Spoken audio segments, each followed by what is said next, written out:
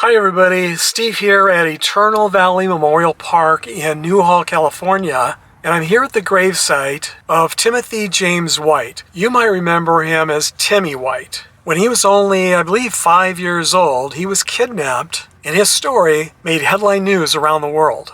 And he became one of the most famous kidnap victims in history. He was kidnapped by child molester Kenneth Parnell in Ukiah, California, and fortunately, Stephen Stayner, who had been kidnapped by Parnell, I believe 7 years earlier, once Timmy arrived, he just, for whatever reason, he decided he wasn't going to let what happened to him happen to another young boy. So shortly after Timmy arrived, Stephen waited until Parnell was out of the house, and he and Timmy made their way to the local police department, where Stephen explained the story and explained what had happened to Timmy, and the rest is history.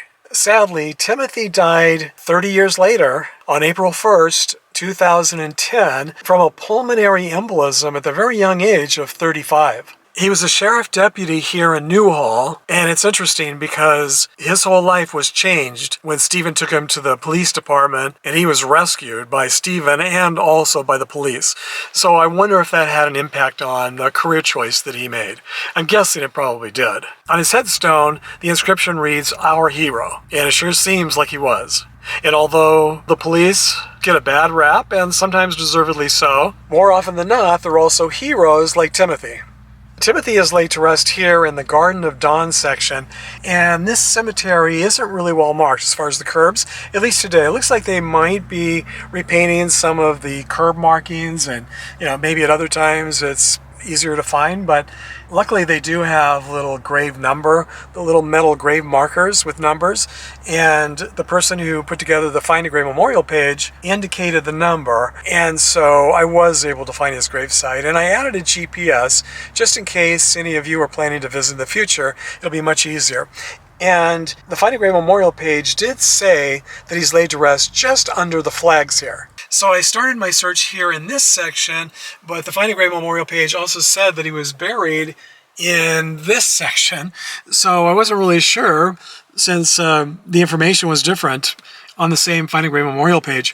So I started over here, and then I thought, well, maybe they just mean that you can see the flags from his gravesite. So I took this little pathway and I just walked straight across, and then I found the little markers with grave numbers or the row number, and just kept following that, and I was able to find his gravesite. And it is almost in the same row as the sidewalk, so it's pretty easy to find once you actually know where it is. And just in case you haven't followed the story or kept up with the story, or maybe even heard the story to begin with, and you're wondering what happened to Kenneth Parnell, he did go to prison for the rest of his life, and he died in prison in 2008. As for Stephen Stayner, the older boy who saved Timmy from Parnell, he sadly died in 1989. The police did return him home to his family, but sadly he died in 1989 in a motorcycle accident. There were also movies and books made about this awful, tragic event that happened to these two young boys. So even though both of them ended up living much shorter lives than they should have, they'll definitely always be remembered. And standing here looking at his gravesite, I wonder if White and Stayner stayed in touch over the years.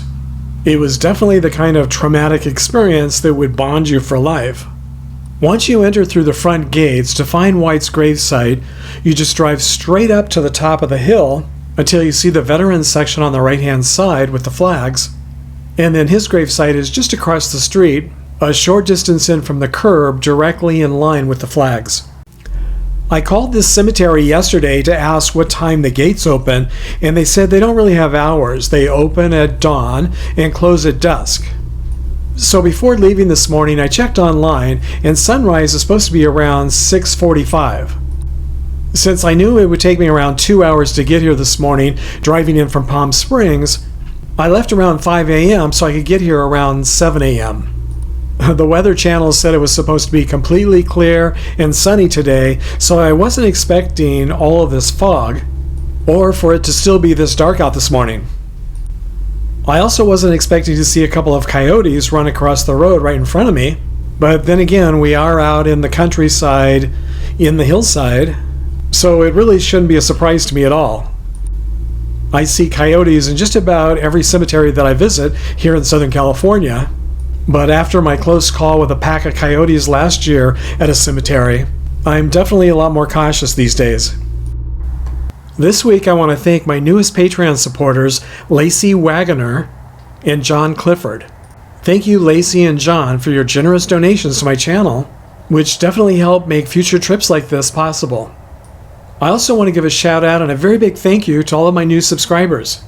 I appreciate all of you who have taken the time to do that. Subscribing helps my channel a lot too, and it doesn't cost you a penny. Until our next trip to the cemetery together, thanks for sharing the memories, everybody.